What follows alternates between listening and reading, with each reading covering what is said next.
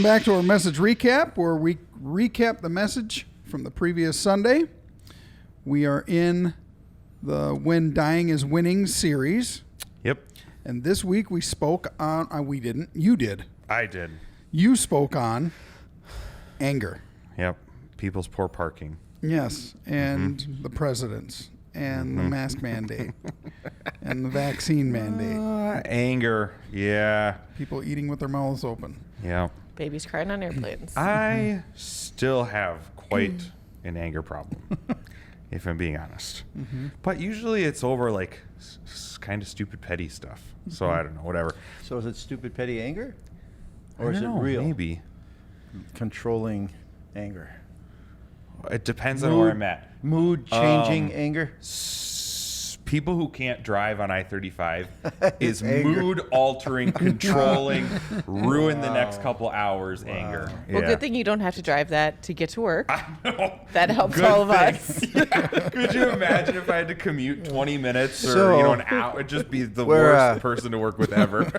We're going to get to the message in a second. Okay. But since we're on that, what about somebody driving not the way you would makes you angry? They're not following the law. The left lane is passing only. And somehow that interferes with your life plan, therefore you're mad. Yeah, get off who- my road. Who do you think you are Get out that of my your lane. life plan should rule 370 million people? I am a taxpayer. Get off my road. And so are the other 300 Yeah. million. No, 100 million. Yeah. I don't know. I don't know what it is. It's not. But don't you think, because we didn't talk about this yesterday. Oh, yeah, but- for sure. But the stuff we talked about was so awesome. But don't you think this aspect of it, sometimes, unmet expectations cause us mad. It's this idea of who do I think I am that I get angry if you don't do what I think you should be doing. Yeah. If you, I'm assuming that's my spot in the road right now because I want it. I want it, and I'm going faster than you. Then you are in the wrong. Get out of my way because I'm more important than you. I know that you can't drive in the right lane because you have a problem with your right eye right now, and you can't. I get that, but I am more important than you. You know what Therefore, I'm Yes. angry at you. Oh, I'm so glad you've seen the light. Yes. You know what I love about driving too is everybody who drives slower than you is an idiot, and everybody who drives faster than you is a maniac. Yeah. It's only me who Crazy. drives Yeah. the appropriate speed, and whether that's the speed limit or no comment over. Yeah. It's only me who's going the appropriate speed. Even if I'm like, trying to bypass somebody that's been riding in the left lane for so long, and I just gas it, and then somebody's riding on my butt right afterwards, like, lay off me, you big jerk. So basically, anger is illogical. Yes. Oh no, it's very logical to me. Makes sense at the time. Anyway. So anger, yeah. Yeah. Anger. Anger's weird. I don't know why I get angry most of the time. I do, but let's we can talk about the forgiveness piece if we want. But I just want to go straight to filled, Okay. because it's basically the same as it was last week, and I have noticed in my life, I still get angry more often than I'd like to, but I have noticed that when it starts to subside, or I don't know if I'm just more aware of it or whatever, the quicker I spend time with God, the quicker my anger resides. So I know it works. I don't know why I'm too stupid to remember that it works more often or to spend more time with God in the first place. But yeah, anger only goes away for real. There's just situations in life where we're just not angry. And so I don't know if that's necessarily growth, I would say. Right. But it's gotten better over time. Yeah, marginally.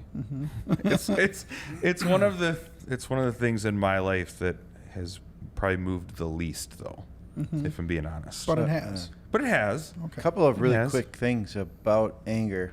Really loved We're yesterday. both putting our legs the same way. That's weird. I won't do that. It's weird that you noticed. Yeah. Okay. I think that I'm so focused on keeping will my you hands right can here. try to talk about something important here. Okay. We you know what? It was so good, and I just hope all of us heard it. I mean, I heard it well. It was said well that we can try, but guess what? Guess what? No one, okay, that would be no one outside of Jesus Christ can control or stop being angry on our own. Now, we can push it off, we can push it down, we can ignore it, but it doesn't go away.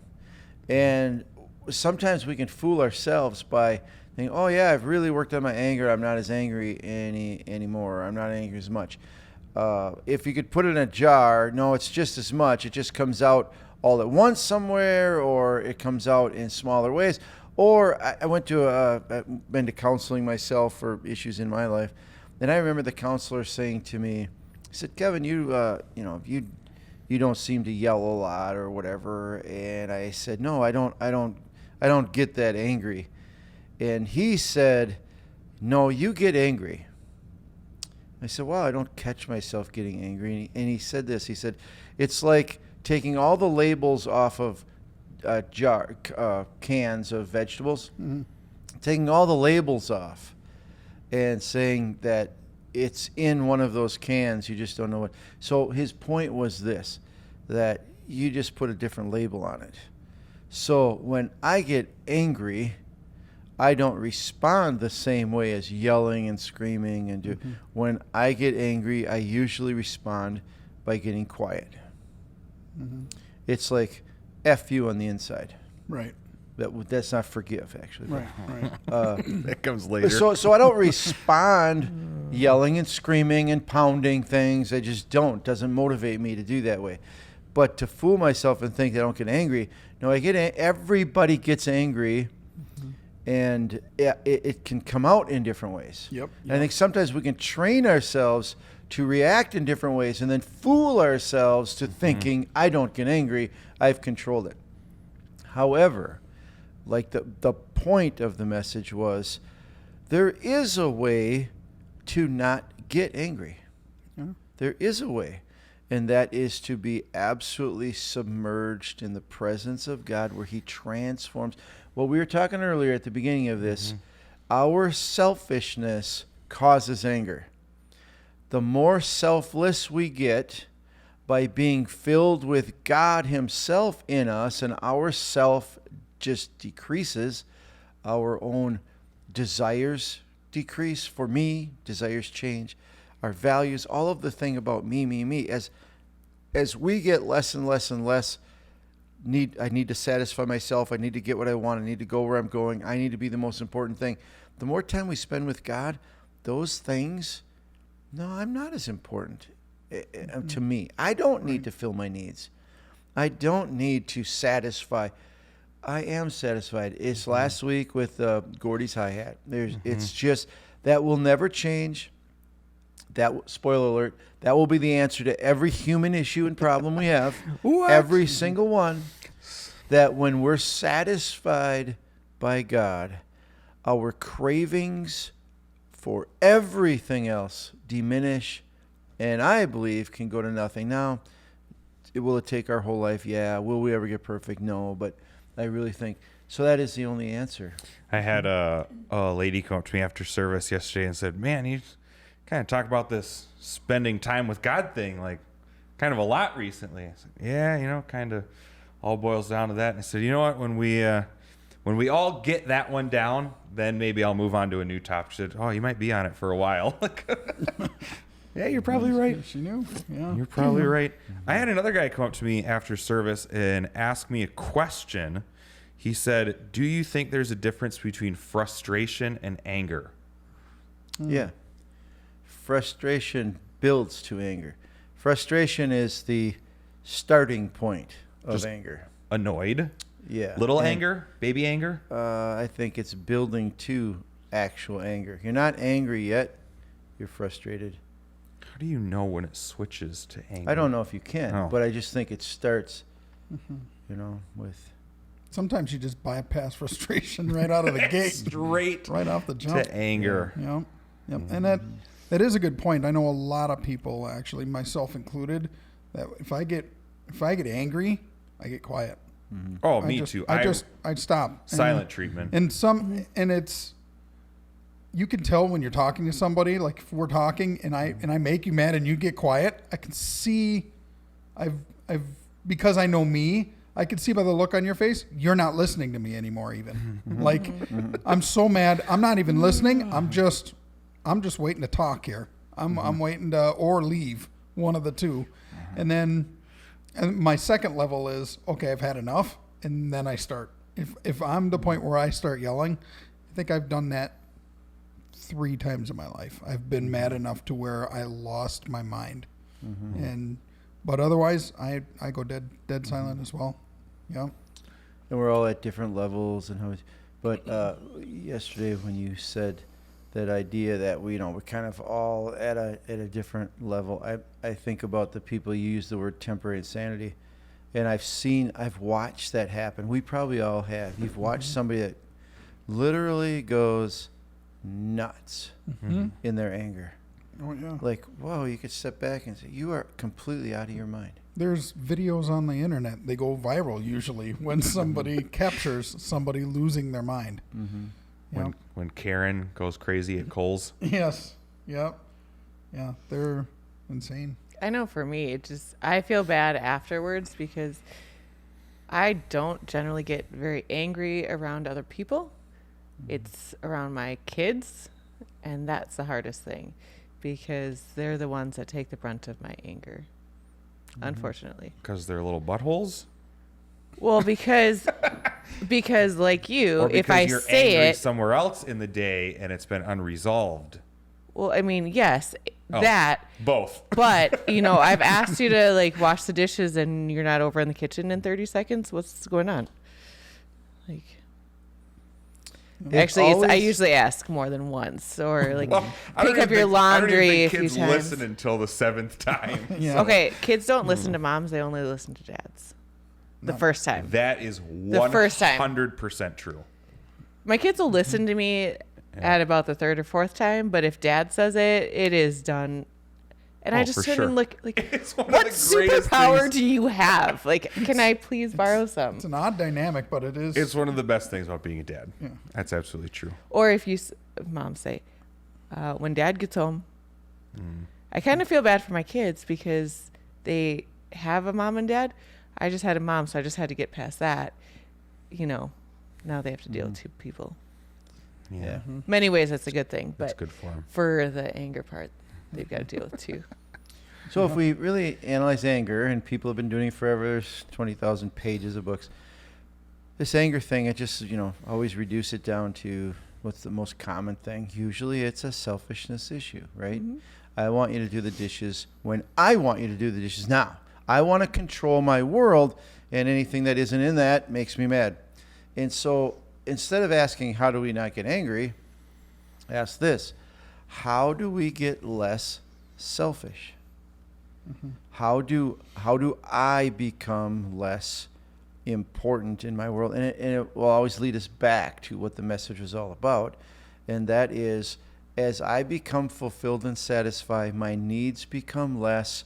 Therefore, I have less demands of everybody around me and myself. And just the anger doesn't have breeding ground when we become less. Yeah, it's kind of like you're saying we want to change our situation. Keep going. I'm interested to see where you go with this. But God wants to change our spirit. Ooh. Kind of like That's that. catchy. Something that kind of sounded like that anyway. That's Does he want to catchy. change Like our that? spirit or fulfill our spirit? Semantic. As I was watching the video yesterday, I was thinking, when you started the whole message and you're bringing up all the pictures and stuff, I'm like, that used to bother me. Yep, that used to bother me. But I've noticed, like, those things don't bother me as much as they had in the past. 10, 15 years ago, a lot of those things would have really driven me crazy. But I've noticed that I am even with my kids. Like I don't get to that level anymore. And I do know that that is through spending time with God. I haven't done anything. I haven't changed anything else. The only thing that I've done is spend more time with God. And that's the only thing that I can personally correlate. Yep. Yep. There you go. That sounds like a wrap up. All right. Well, the spending time with God thing is something that is so easy to push off. I'm going to do that tomorrow. I'm going to spend time with God later. I'm going to spend time with God later. Well, because God's always around, right? Yep, I always can. And I'm going to spend time with God later. And so many of us, come on, we all know that it's one of the hardest things to do. And it is the most life-changing thing we can do. 5 minutes in the presence of God is better than reading 12 books. I mean, it's just, it's absolutely life-transforming to be in the presence of a loving, living God that can just, saturate us with his character is so fulfilling and satisfying. And knowing about it isn't the same as experiencing it. It's just, that's our challenge. And like you said yesterday at the very end, set a timer, do something, 5 minutes today, right after lunch before I go back to work, right in the parking lot before I get out of the car, right? I'm going to spend 5 minutes seeking the presence of God. It may not come right away, but I am not going to give up experiencing God. Because when we do connect, which is hard to explain, but when we connect with God, in that moment, nothing else really matters. Nothing really matters. Yep. That is the secret to life that is really life, and that is connected to God. Awesome. There you go. If you guys want to start seeing other topics at church, get this one down, and then we can move on. That's not true. No. We're still not going to move on even when we do get it down. Because then once you do get it, I don't know why you'd want to move on, Yeah. If being with God becomes boring to you, eternity's going to be hell. Oh, you see what I did there? What? Now that sounds like a phrase. Okay, keep that in mind. Put that in your pocket there. We'll use that. Nice. All right. Thanks for joining us. We'll see you next week.